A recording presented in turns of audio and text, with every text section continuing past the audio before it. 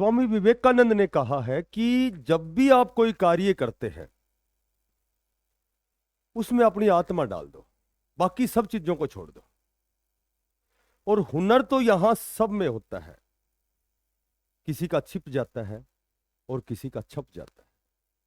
नमस्कार प्यारे बच्चों, देखो आज की जो अपडेट है, लेटेस्ट अपडेट, आज के अखबार की जो न्यूज है उसमें स्पष्ट लिखा हुआ है कि सीईटी में जो नॉर्मलाइजेशन का फार्मूला है वो सही है। हाई कोर्ट ने कहा है, सभी को मेरे ख्याल से पता होगा कि हाई कोर्ट ने जो भी नॉर्मलाइजेशन का जो बच्चों ने केस किया था, ठीक है, तो वो उसका हाई कोर्ट द्वारा उसको डिसमिस कर दिया गया है।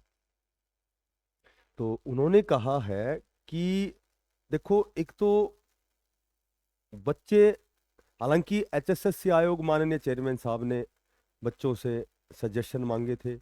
उसके बाद जो पिछली पॉलिसी थी 2022 के अकॉर्डिंग बच्चों ने कयास लगाए कि भाई हमारे 5-6 नंबर ही बढ़ रहे हैं, जबकि होना ये चाहिए कि कम से कम 15, 16, 17, 20 नंबर बढ़ने चाहिए।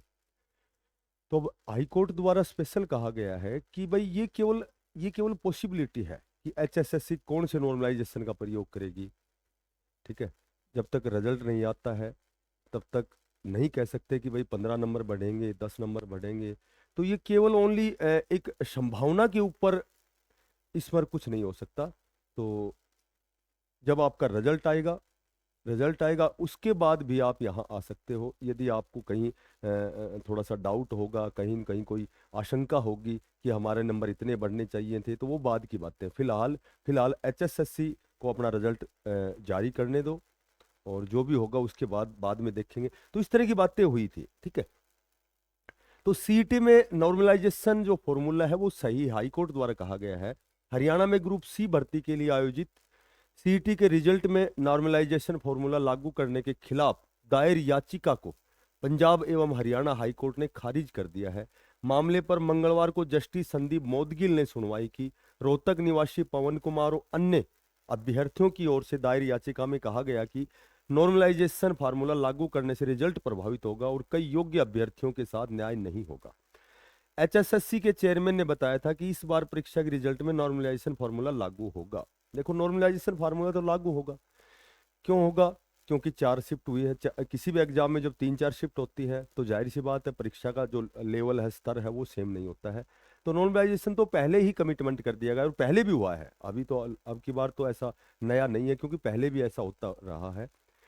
लेकिन अब कोर्ट द्वारा जब डिसमिस करने के बाद, कोर्ट द्वारा जब इस प्रक्रिया को डिसमिस करने के बाद, इस केस को डिसमिस करने के बाद, अब जो आपका नॉर्मलाइजेशन है, आपका जो नॉर्मलाइजेशन है, अब जैसे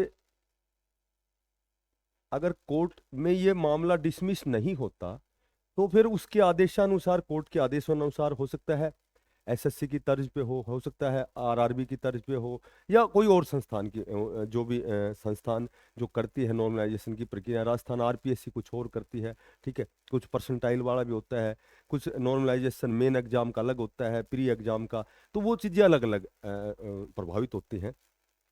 तो अब चूंकि एचएसएससी का इस न्यूज में लिखा हुआ था कि इसमें क्या किया जाएगा, इसमें ये किया जाएगा कि जैसे तो पहली और चौथी जो शिफ्ट है थोड़ी सी डिफिकल्ट है और ये थोड़ी सी आसान है, ठीक है। आसान का मतलब यही है कि इसमें भी कोई आउट ऑफ सिलेबस नहीं था, पर थोड़ा सा लेंथी क्वेश्चन की वजह से, भाई यहाँ थोड़े से लेंथी क्वेश्चन थे दोनों शिफ्टों में, 5-7-8 क्वेश्चन, और यहाँ थोड़े से वन लाइनर क्वेश्चन थे। तो इसको हम इस स्तर गिनते हैं, भाई ये कठिन है, ये सरल है।